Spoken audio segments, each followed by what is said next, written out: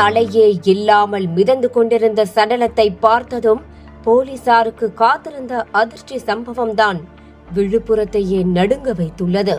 சடலத்தின் தலை, கை, கால்கள் எங்கு கிடக்கின்றன என பல இடங்களில் போலீசார் தேடி வருகின்றனர்.